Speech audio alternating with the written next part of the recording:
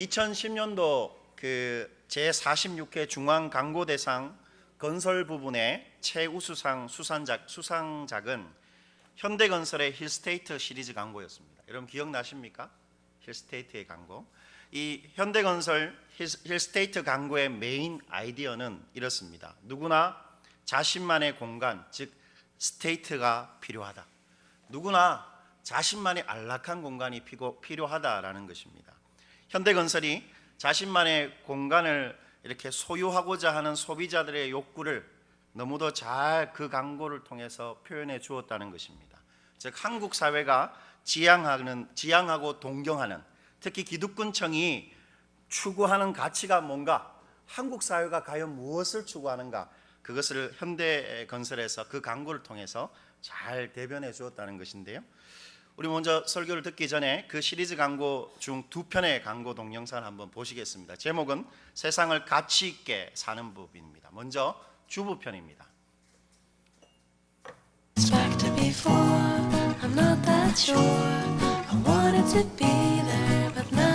세상을 가치 있게 사는 방법.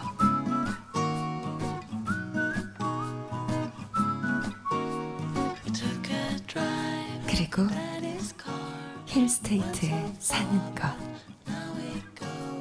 당신의 가치를 생각합니다. 집에 담고 싶은 모든 가치. 힐스테이트. 그리고 아빠 편입니다. Making your way in the world today takes everything. 세상을 가치 있게 사는 Taking 방법. a break from all your worries sure would help a lot. Wouldn't you like to get away? 그리고 Sometimes 힐스테이트에 사는 것. everybody knows your name. 당신의 가치를 생각합니다. 집에 담고 싶은 모든 가치. 힐스테이트. 감사합니다. 여러분 글씨가 작아서 잘 안 보이셨죠? 주부편은 이렇습니다. 결혼 기념일에 가족들과 인도 여행 떠나기, 클라리넷 연주에 빠져보기, 커피향이 어울리는 거실 만들기, 나의 생활이 담긴 자서전 준비하기, 남편에게 연애 편지 쓰기, 집안의 나만의 아틀리에 즉 작업실을 꾸미는 것, 그리고 힐스테이트에서 사는 것이 가치 있게 사는 것이다. 아빠 편입니다.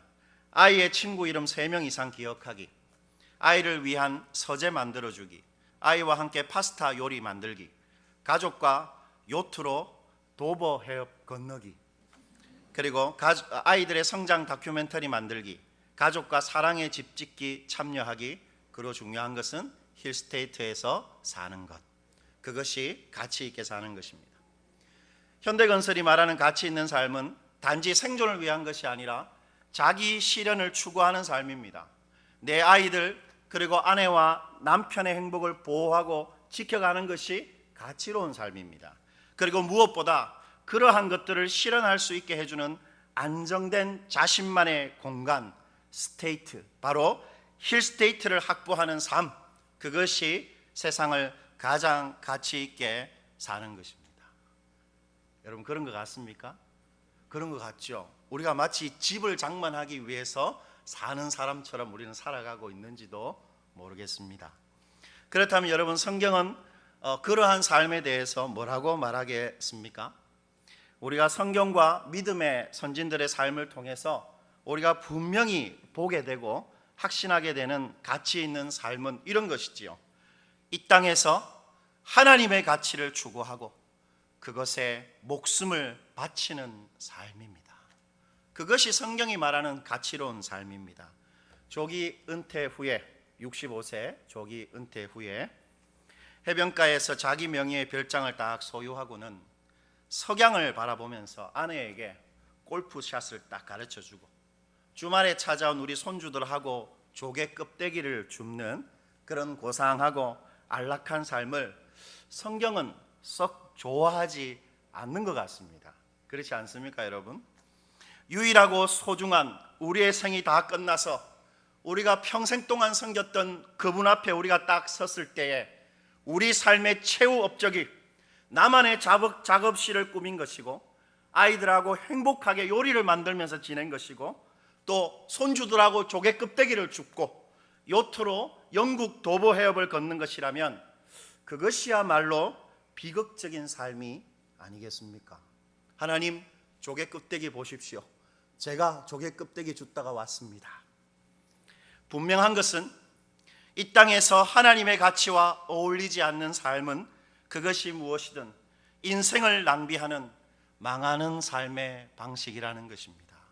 이 땅에서 우리 하나님의 가치하고 별로 상관없이 사는 삶이 있다면 그것이야말로 망하는 인생이지요. 오늘 본문이 반드시 망하게 되어 있는 삶의 방식이 무엇인지를 잘 말해주고 있습니다.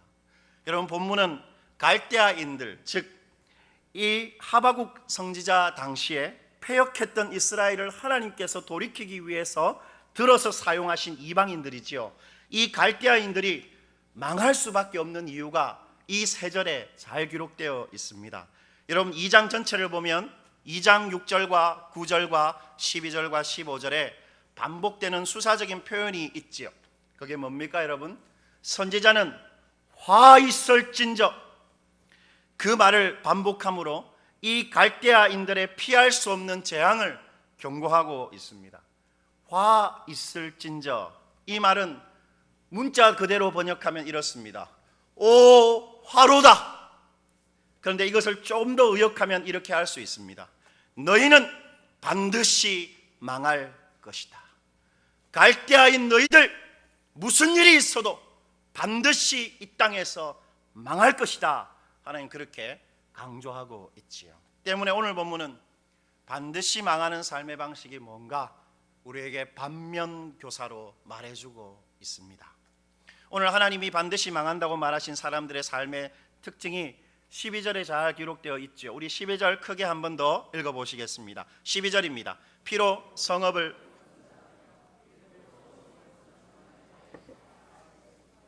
하나님께서 화 있다, 반드시 망하겠다, 그렇게 말한 사람들의 특징이 뭡니까? 이들은 무엇보다 자신의 삶에 대단한 열심이 있는 성실하고도 입지전적인 그런 유능한 사람들입니다. 여러분, 이들은 자신의 성읍과 자신의 성을 어떻게 합니까? 스스로가 건설합니다. 자신들만의 도시를 만들어내는 자들입니다.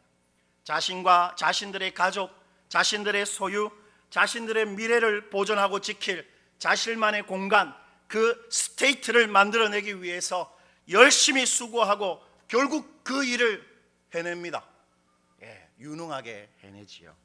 그런데 여러분, 이들이 자신만의 공간을 만들어내는 방식, 자신의 성읍과 자신의 성을 만들어내는 주된 방식이 아주 특이합니다.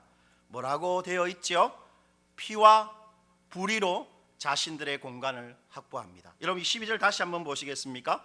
피로 성읍을 건설하며 불의로 성을 건축하는 자에게, 이렇게 되어 있습니다. 피하고 그리고 불의로 자신들의 공간을 확보한다라는 것입니다. 여러분, 피라는 것은 타인의 아픔과 고통을 상징합니다. 이 피는 타인이 흘리는 그 아픔, 눈물, 고통을 상징합니다. 그리고 불이라는 것은 부정과 불법이라는 뜻인데 비정상적인 방법인 것입니다. 정상이 아닌 것, 그것이 바로 불의입니다. 즉 이들은 다른 이들에게 아픔과 고통을 주고 비정상적인 방법으로 자신의 안전을 추구하고 자신의 공간을 확보하는 사람들이라는 것입니다. 바로 선지자 당시 주위 열국들을 칼로 다 죽이고는 어떻게 했습니까? 자신들이 만들어 놓지도 않은 그 땅을 다 차지해서 자신의 성을 구축했던 바로 갈대아인의 삶의 방식이 바로 피와 불의로 성을 만드는 방식입니다. 그런데 여러분, 요즘에 이런 삶의 방식은 찾아보기 힘듭니다. 누가 요즘 다른 사람들을 죽이면서까지 자신들의 성, 자신들의 집을 구축합니까? 그런 사람 본 적 있습니까? 가끔 미쿡이 그렇게 하는 것 같아 보일 때가 있습니다. 그러나 모르죠. 따져봐야 되는 일인데. 그러나 여러분, 이 갈대아인들의 삶의 방식에 도사리고 있는 자기 사랑은 우리한테도 있습니다. 우리는 누구를 피를 흘려 죽여가면서 비정상적인 방법으로 우리 공간을 만들어내는 일은 하지 않을지 모르지만, 이렇게 피와 불의로 성을 구축하는 이 갈대아인들의 마음 중심에 있었던 그 자기 사랑, 우리들에게도 똑같이 있다라는 것입니다. 자신의 안정이 추구되고 보장되기만 하면 다른 이에게 어떤 아픔, 어떤 고통이 있든지 아무런 문제가 되지 않는, 타인의 피를 방관하는 인생, 타인이 울고 있든지 타인이 자신의 공간이 없어서 죽어가든지 상관없이 나만 확보되면 된다, 내 공간만 있으면 된다, 그렇게 생각하는 인생. 필요에 넘치게 더 소유하고 더 잘하려고 하고 어렸을 때부터 더 좋은 것 가지려는 비정상적인 인생. 강남 일대 그리고 신도시에 기세등등하게 세워지는 초호화 주상복합 아파트, 수십 년 동안 그 땅을 위해서 피땀 흘려서 일군 터죽대감들 손에 몇 푼 쥐어줘서 다 쫓아보내고 그 지역과 아무 상관없는 부한자들이 만들고 있는 그 아파트들, 높이 세워져 있는 그 아파트들, 하나님께서 하늘에서 쳐다보시면서 과연 어떻게 생각하실까요? 참 잘 지었구나, 이렇게 생각하시겠습니까? 점심 한 끼 스스로 해결할 수 없는 결식 아동이 자그마치 50만 명입니다. 그런 이 한국 땅에 살면서 자기 네 식구 살 주거지를 위해서 20억 이상의 돈을 쓰는 사람들 하나님 보시면서 참 잘한다, 그렇게 말씀하시겠습니까? 생활보호 대상자이면서 아직 한국말도 어눌한 자신의 딸아이 영어 유치원 보내기 위해 80만 원, 한 달에 80만 원은 필요하다라고 눈물을 흘리면서 인터뷰를 하는 그 강남에 사는 그 아줌마에게 하나님 과연 뭐라고 하시겠습니까? 그것은 필요에 넘치는 소유욕이고 남보다 더 잘하고 더 좋은 것을 누리려는 비정상적인 불의함입니다.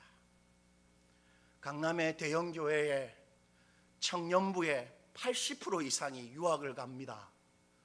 그 중에 유학 갈 만한 아이들은 제가 볼 때 3%도 되지 않습니다. 공부 잘하고 정말 사람들에게 공부 잘해서 도움이 되는 사람이 유학 가야 되는데 다 유학 보냅니다. 유학 안 가면 큰일 나니까 나이 센스 따고 와서 훈장 하나 달고 그래야 한국에 있는 괜찮은 기업을 들어갈 수 있으니까 다 유학 보내는 것이죠. 필요 이상으로 잘하려고 하는 것입니다. 그렇게 자신의 가족, 소유, 미래의 안정만을 추구하는 자신만의 스테이트를 만드는 자들에게 오늘 하나님 이렇게 말하십니다. 13절입니다. 우리 13절은 형제분들만 크게 한번 읽어보시겠습니까? 13절입니다. 민족들이 불탈 것으로 수고하는 것과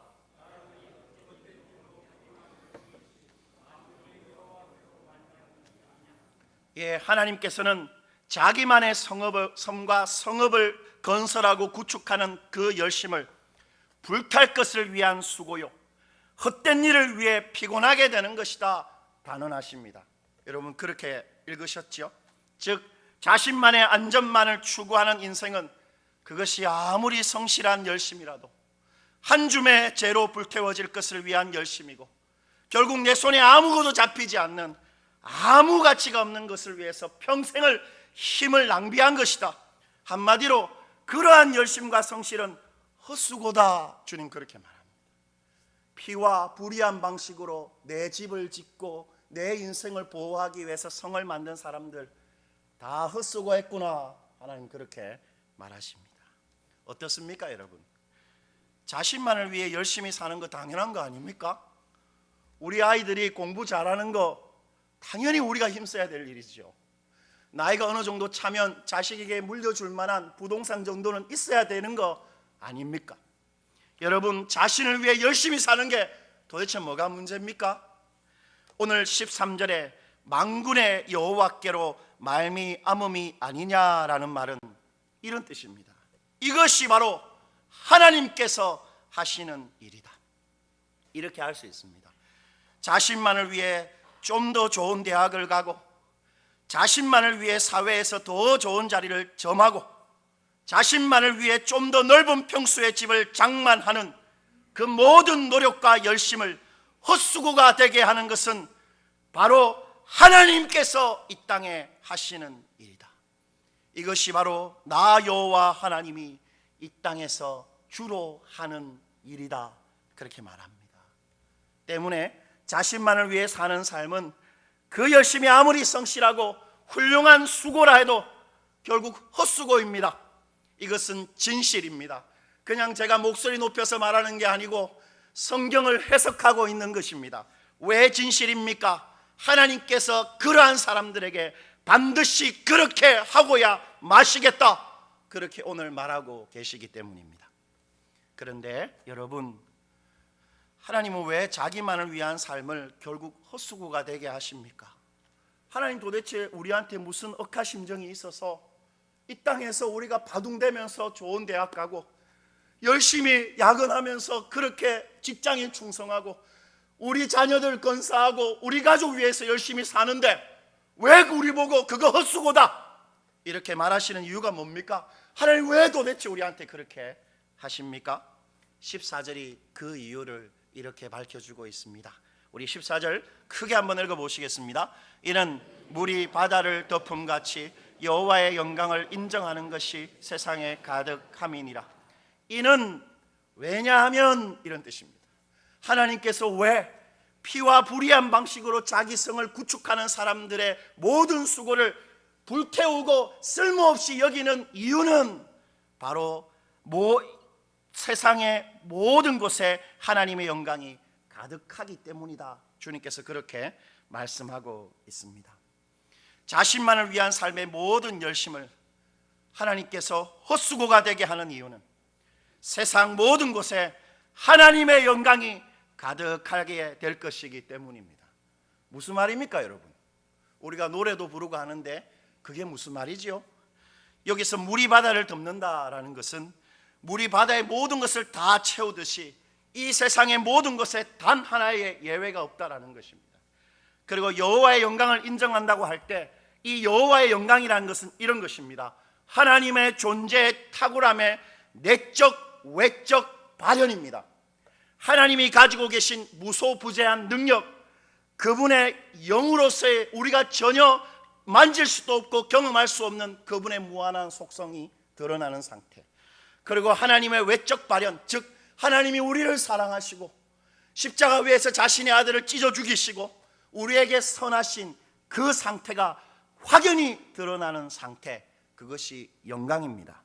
그리고 인정한다, 이 말은 야다라는 히브리 말을 번역한 것인데 체험적인 알미입니다. 하나님이 누군지를 경험적으로, 머리가 아니라 경험적으로 아는 상태입니다. 즉 하나님께서 이 세상의 모든 사람이 단 한 명의 예외 없이 결국 하나님께서 누구신지를 경험적으로 알게 만들 작정이라는 것입니다. 누구에게는 돌이킬 수 없는 쓰라림으로 알게 하실 것이고 누구에게는 영광스럽게 알게 하실 작정이라는 것입니다. 여하튼 단 한 명의 예외도 없다. 물이 바다를 덮는 것 같이 내가 모든 사람들에게 알려질 것이다, 그렇게 말하는 것이지요. 하나님은 무슨 일이 있어도 이 세상을 14절의 방식대로 통치하시겠다, 그렇게 장담하시는 것입니다. 때문에 자신만을 위한 인생이 반드시 망하는 이유는 분명합니다. 그것은 자신만을 위한 삶이 하나님의 영광을 인정하는 것과 아무런 관계가 없기 때문입니다. 우리 자식들이 좋은 대학 가서 좋은 직장 가고 좋은 결혼하는 것이 하나님의 영광과 관계없다면 그것은 헛수고라는 것입니다. 자신만을 안전하면 그만이라는 갈대아인의 삶의 방식이 하나님을 전혀 드러내지 않는다는 것입니다. 우리가 돈을 주로 쓰는 방식, 우리가 미래를 계획하는 그 계획 속에 우리 하나님이 확연하게 드러나지 않는다면 그것 다 쓸모없는 것이다. 오늘 성경은 그렇게 말하는 것입니다. 하나님은 당신의 영광에 부합하지 않는 이 땅의 모든 행위를 쓸모없는 것으로 여기십니다. 우리 하나님이 바로 그런 분이십니다. 때문에 이 땅에서 헛되지 않는 우리의 열심은 어떤 열심이겠습니까? 하나님의 영광을 인정하는 열심입니다. 우리 하나님이 딱 보시면서 야, 정말 마음에 든다, 네가 정말 수고가 많구나, 그렇게 말하시는 열심은 하나님이 어떤 분이신지를 나타내고 경험하는 열심입니다. 그것만 진짜입니다. 나머지는 다 불태워지고 쓸모없게 여겨질 것입니다. 그런 점에서 우리는 요즘 어떠한 열심으로 살아가고 있습니까? 미래를 위해 지금 내가 계획하고 준비하고 있는 수고, 누구를 위한 수고입니까?